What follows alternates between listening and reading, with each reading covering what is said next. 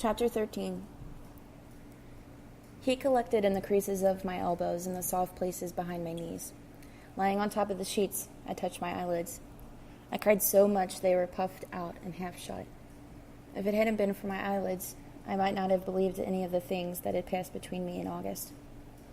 I hadn't moved since August left, only lay there staring at the flat surface of the wall, at the array of night bugs that wander out and crawl around for fun after they think you're asleep. When I grew tired of watching them, I placed my arm across my eyes and told myself, "Sleep, Lily, please, just go to sleep." But of course, I couldn't. I sat up, feeling my body weighed 200 pounds, like somebody had backed the cement truck up to the honey house, swung the pipe over my chest, and started pouring. I hated feeling like a concrete block in the middle of the night. More than once while staring at the wall, I thought of Our Lady. I wanted to talk to her, to say, "Where do I go from here?" But when I'd seen her earlier, when August and I had first come in, she didn't look like she could be of service to anybody, bound up with all that chain around her. You want the one you're praying to, at least, to look capable. I dragged myself out of bed and went to see her anyway. I decided that even Mary did not need to be 100% capable all the time. The only thing I wanted was for her to understand. Somebody to let out a big sigh and say, "You poor thing, I know how you feel." Given a choice, I preferred someone to understand my situation, even though she was helpless to fix it, rather than the other way around. But that's just me. Right off, I smelled the chain, its thick, rusty odor. I had the urge to unwrap her, but, of course, that would have ruined the whole reenactment August and the daughters had going. The red candle flickered at Mary's feet. I plopped onto the floor and sat cross-legged in front of her. Outside, I heard wind high in the trees, a sing-song voice that carried me back to long ago when I would wake in the night to the same sound and, muddled with sleep and wanting, would imagine it was my mother out there among the trees singing her bottomless love. Once I flew into T. Ray's room, yelling she was outside my window. He said 3 words. "Holy crap, Lily." I hated when he was right. There had never been any voice in the wind, no mother out there singing, no bottomless love. The terrible thing, the really terrible thing, was the anger in me. It had started on the back porch when the story of my mother had collapsed, like the ground under my feet giving way. I didn't want to be angry. I told myself, "You're not angry. You don't have any right to be angry. What you did to your mother is a lot worse than what she did to you. But you can't talk yourself out of anger. Either you're angry or you're not." The room was hot and still. In another minute, I would be able to breathe for the anger filling me up. My lungs went out only so far before they struck against it and closed back in. I got to my feet and paced in the darkness. Behind me, on the work table, a half-dozen jars of Black Madonna honey waited for Zach to deliver them somewhere in town. To Clayton's, maybe.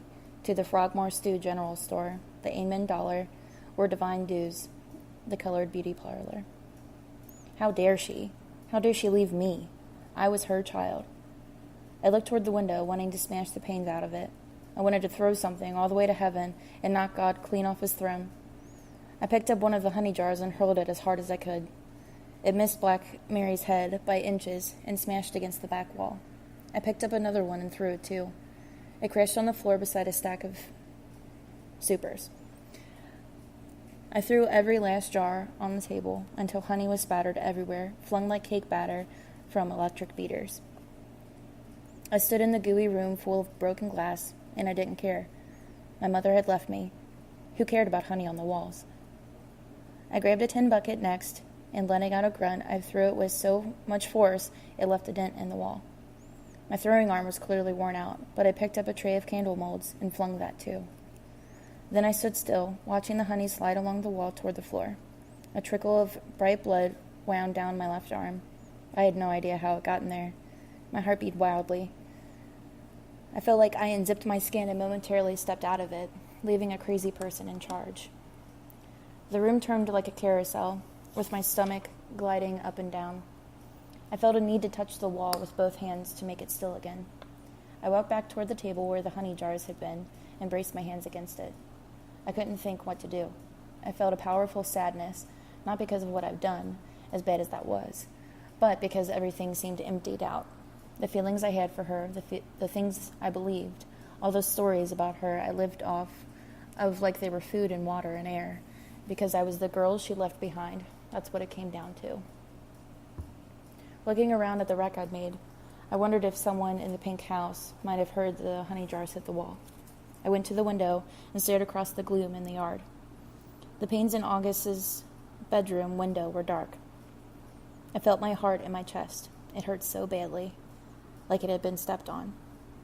"How come you left me?" I whispered, watching my breath make a circle of fog on the glass. I stayed pressed against the window for a while. They went and cleared off a few pieces of glass from the floor in front of Our Lady. I lay down on my side, drawing my knees toward my chin.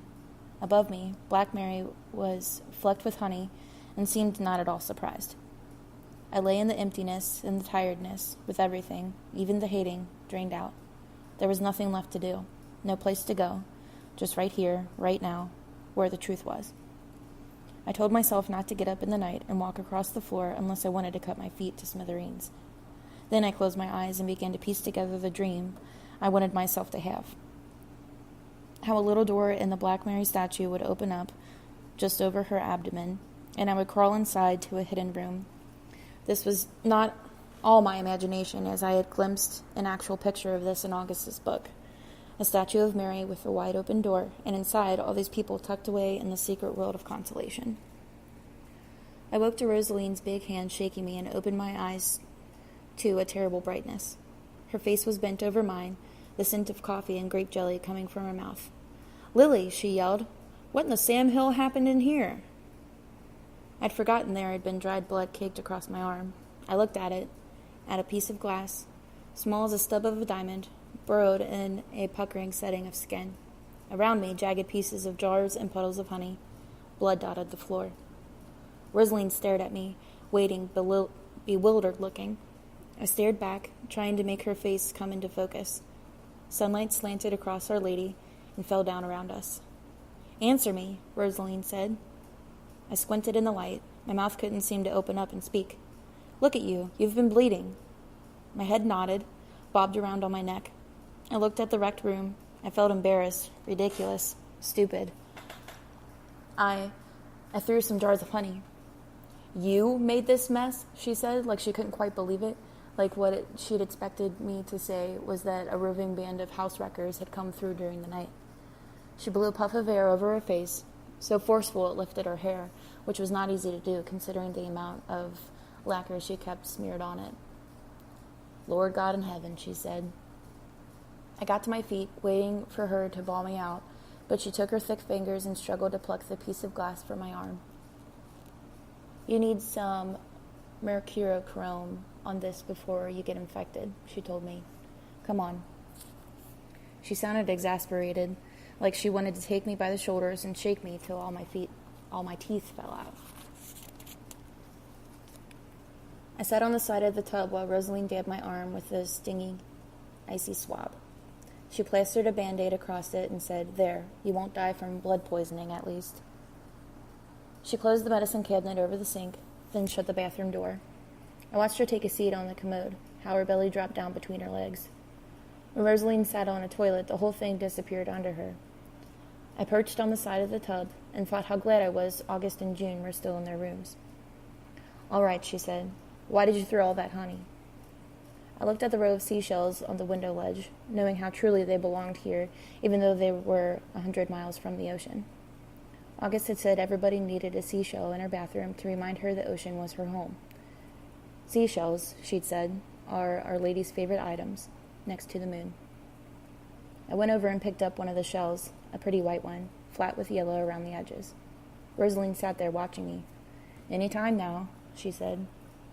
"T-Ray was right about my mother," I said, hearing myself say the words, feeling sickened by them. "She left me. It was just like he said it was. She left me." For a second, the anger I'd felt the night before flared up, and it crossed my mind to slam the shell against the tub. But I took a breath instead. Throwing fits wasn't that satisfying, I'd found out. Rosaline shifted her weight, and the toilet lid squeaked and slid around on the top of the seat. She raked her fingers over the top of her head. I looked away, at the pipe under the sink, at a smudge of rust on the linoleum. So your mother did leave after all, she said. Lord, I was afraid of that. I lifted my head. I remembered the first night after we ran away down by the creek, and when I told Rosaline what T. Ray had said. I'd wanted her to laugh at the very idea of my mother leaving me, but she'd hesitated. You knew already, didn't you? I said. I didn't know for sure, she said. I just heard things. What things? She let out a sigh, really something more than a sigh. After your mama died, she said, I heard T. Ray on the phone talking to that neighbor lady, Mrs. Watson. He was telling her he didn't need her to watch after you, that he'd gotten one of the pickers out of the orchard. He was talking about me, so I listened. Outside the window, a crow flew past, filling the bathroom with a frantic caw, caw, and Rosaline stopped, waiting for it to die down. I knew Mrs. Watson from church, from all the times she stopped to buy peaches from me. She was kind as she could be, but she always looked at me like there was something indescribably sad written across my forehead, like she wanted to come over and scrub it off. I clutched the side of the tub as Rosaline went on, not sure I wanted her to. I heard your daddy tell Mrs. Watson, Jeannie, you've done more than your share, looking after Lily these past months. I don't know what we would have done without you. Rosaline looked at me and shook her head. I always wondered what he meant by that. When you told me what T. Ray said about your mother leaving you, I guess I knew then. I can't believe you didn't tell me, I said, and folded my arms across my chest. So, how did you find out? Rosaline asked. August told me, I said. I thought of all that crying I'd done in her bedroom, holding fistfuls of her dress in my hand. The monogram on her handkerchief, scratchy against my cheek. August? Rosaline repeated. You don't see Rosaline looking dumbfounded that often, but that's the look she had now. She knew my mother back when she was a little girl in Virginia, I explained. Rosaline helped raise her. I waited a few seconds, letting it soak it. This is where your mother came when she left, when Mrs. Watson took care of me, I said. She came right here to this house. Rosaline's eyes grew even narrower, if such a thing was possible. Your mother? She said, then stopped. I could see that her brain was struggling to fit it all together. My mother leaving, Mrs. Watson watching me, my mother returning, only to get killed. My mother stayed here 3 months before she went back to Sylvan, I said. I guess one day it finally dawned on her. Oh yeah, that's right. I've got a little girl at home. Gee, maybe I'll go back and get her now. I heard the bitter tone in my voice, but it came to me how I could lock that tone into my voice forever. From now on, every time I thought of my mother, I could so easy flip off into a cold place where meanness took over. I squeezed the shell and felt it dig into the pad of skin on my palm. Rosaline got to her feet. I looked at her, how large she was in the little bathroom. I stood up too, and for a second we were sandwiched together between the tub and the toilet, staring at each other. I wish you told me what you knew about my mother, I said. How come you didn't? Oh, Lily, she said, and there was a gentleness in her words, like they'd been rocked in a little hammock of tenderness down in her throat. Why would I go and hurt you with something like that? Rosaline walked beside me to the honey house with a mop flung over her shoulder and a spatula in her hand. I carried a bucket of rags in the spick and span. We used the spatula to scrape honey off places you wouldn't believe. Some of it had gotten all the way over onto August's adding machine. We wiped off the floors and walls, then went to work on Our Lady. We picked the place up and turned it back the way it was, and the entire time we didn't speak a word.